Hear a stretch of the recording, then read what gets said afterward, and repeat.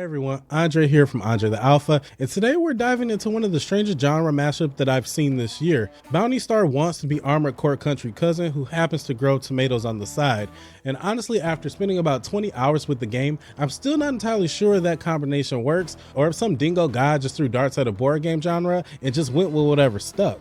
So here's the deal with Bounty Star. You got mechas, which are called raptors because apparently regular mech names weren't cowboy enough. You got post-apocalyptic Wild West settings that feel like someone watched Firefly and then played Titanfall at the same time. And just when you think you know what you're getting into, the game asks you if you water your plants and cook your breakfast burritos. Yeah, that's right. 1 minute you're blowing up enemy mechs, the next you're literally farming for vegetables. It's like Stardew Valley and Mecha Warrior had a baby that nobody asked for. What actually works here, because despite my confusion about the game's genre mix, there's something oddly compelling about Bounty Star's core loop. You play as Clementine McKinley, or Clem as everyone calls her, and she's got this whole tragic backstory thing going on. Used to be part of a guard unit, town got destroyed, everyone died, and now she's called Graveyard Clem, which is metal as hell, but also super depressing. The setup is actually pretty solid. Instead of going for the typical revenge story that you expect, the game takes a more introspective approach where Clem is basically dead on the inside and just trying to find a reason to keep going. The story unfolds through bounty missions where you're working your way up from small-time criminals to bigger targets.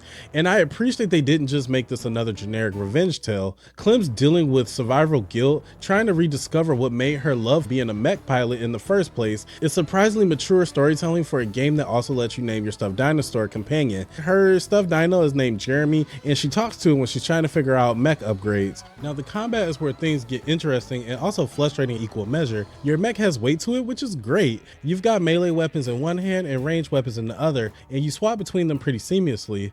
There's also the system where different enemies have different resistances, so you can't just stick with one weapon and call it a day. Some enemies need to be shot from a distance, others you need to get up close and personal with a giant hammer. It reminds me a bit of weapon switching in Devil May Cry, but with clunkier in a mecha. The temperature management system is actually pretty clever. Fighting during different times of day affects your base level heat. Afternoon missions means you're starting hotter, which affects your weapon performance. You can use low temps to boost firearm speed or high temps for damage. It's this extra layer of strategy that I wasn't expecting. Problem is, the combat feels floaty as hell sometimes. I tried to line up a shot and then my mecha would just randomly decide to do a trick attack instead. It's like the game can't decide if it wants to be methodical or stylish, so it tries to be both and succeeds in either. And here's where things get really weird. Between missions, you're going back to base doing the most unmech-like activities imaginable. You're literally watering plants, managing power grids, and cooking. Food cooking gives you permission, which makes sense mechanically, but the whiplash is real. One mission I'm fighting for my life against multiple enemies. The next I'm making sure my tomatoes are properly hydrated. It's like playing two completely different games that someone just duct taped together. The base building is surprisingly streamlined, which is both good and bad. Good because you're not spending hours trying to figure out complex systems when you just want to get back to combat. Bad because it feels almost pointless. You extra water plants, you stick battery slots to power up things. There's no real strategy or thought. It's basic busy work between the actual game. At least they let you buy materials directly from the crafting bench without around, so that's something. Mission variety is where Bounty Star really starts to show its limitations. You got your standard kill or capture target missions, destroy some environmental objects, survive without taking damage, and that's basically it for the entire game. They try to mix things up occasionally, like there's one mission where you're scaring off some dinosaurs with fireworks, which is way cooler than what it actually is, but mostly you're just doing the same handful of objectives over and over again. Even the side bounties start repeating, and you can't even replay them for optional rewards once you've done them once. The customization options for your mech are pretty solid though. You can unlock new weapons, new paint jobs, different engines, and eventually you can even swap between loadouts mid-missions. That's a nice touch that keeps you from being locked into a bad setup. Finding the right combination of weapons for your playstyle feels good when it clicks. I ended up running a shotgun and a hammer combo that worked great for most encounters, though the game never really explained why the shotgun wouldn't combo properly with my hammer swings. Let's talk about the elephant in the room, or should I say the rusty mech in the garage. The game's presentation is rough, and I mean rough. Character models look like they're from 2 console generations ago, animations are stiff and awkward, the voice acting from mediocre to just painful to listen to. There's this weird obsession with talking about butts in the dialogue that feels like it was written by a 13-year-old. The main character's portrait art looks like someone's first attempt at digital painting. It's bad enough that I wouldn't blame anyone for bouncing off this game. The technical performance is at the least decent on PC. I was running on a 4090 granted, and I didn't have any drops or crashes. Steam Deck users, you're looking at an unusable 36 to 40 FPS with some significant visual downgrades, so maybe skip that version unless you really need portability. The game does run well for what it is, but what it is doesn't look that great to begin with. Sound design is a mixed bag. The music is this post-apocalyptic country blues thing that actually fits the vibe pretty well, even though it's not my personal jam. Sound effects are forgettable, thinny, and lacks impact, and when I hit something with the hammer, I want to feel it, you know? Instead, it sounds like I'm hitting a trash can with a pool noodle. What kills me about Bounty Star is there a good game buried in there somewhere. The core loop of taking bounties, upgrading your mech, and slowly climbing the ranks is addictive and it works. There's something satisfying about starting as a nobody and working your way up to being a recognized bounty hunter. The problem is everything around the core is either underdeveloped or actively working against the core game strengths. The farming and the base building feels tacked on, like someone said mecha games don't sell well,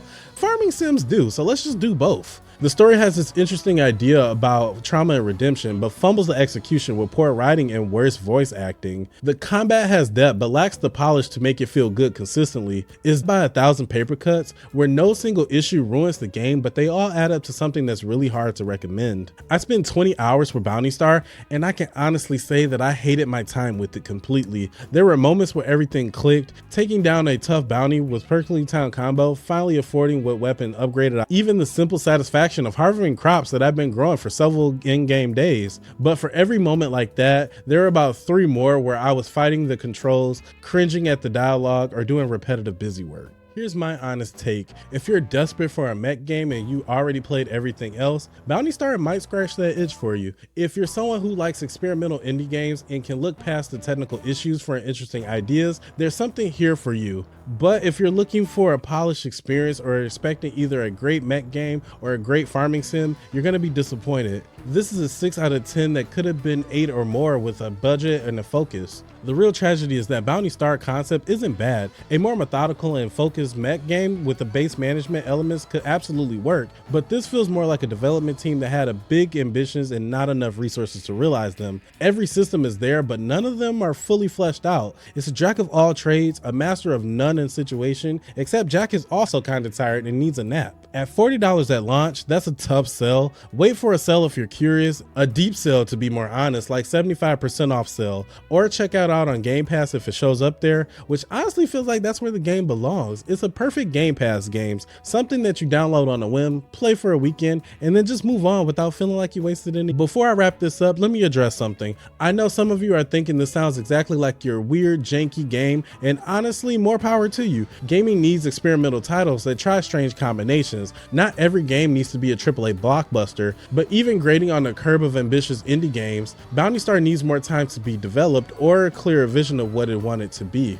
The game tries to be meditative and action-packed, cozy and intense, story-driven and gameplay focused. Instead of excelling at any of these, it ended up being mediocre at all of them. It's trying to make a sandwich with every ingredient in your kitchen. Sure, you technically made something, but nobody wants to eat. If I had to sum up Bounty Star in one sentence, it would be this. It's a game that makes you constantly think about what could have been rather than enjoying what it actually is. And perhaps that's the most damning thing I can say about a game. It's not broken, it's not unplayable, it's not even bad. It's just disappointingly mediocre in a year that we've had so many incredible games that there's no reason to settle on something this rough around the edges. So that's Bounty Star, folks, a Wild West mech farming game that sounds way cooler than it actually ended up being in execution. If you enjoyed this review and want more honest takes on the latest games, hit that subscribe button and ring that notification bell. I put out reviews like this weekly, no BS, no sponsored content, just real talk about what's worth your time and money. And hey, if you want to catch me play this game live and jump them in real time, catch me over on Twitch at Andre the Alpha. I stream 4 nights a week over there. I'm diving into the new indie souls that everyone's been hyping up, so come watch me probably die about 100 times while we figure out if it's actually worth the hype. Drop a follow over there. We got a great community of gamers and who likes to keep it real. Until next time, this is Andre reminding you that not every game needs a farming mechanic and not every mech game needs to be perfect to be interesting, but stay safe, stay smart, and stay alpha, everybody.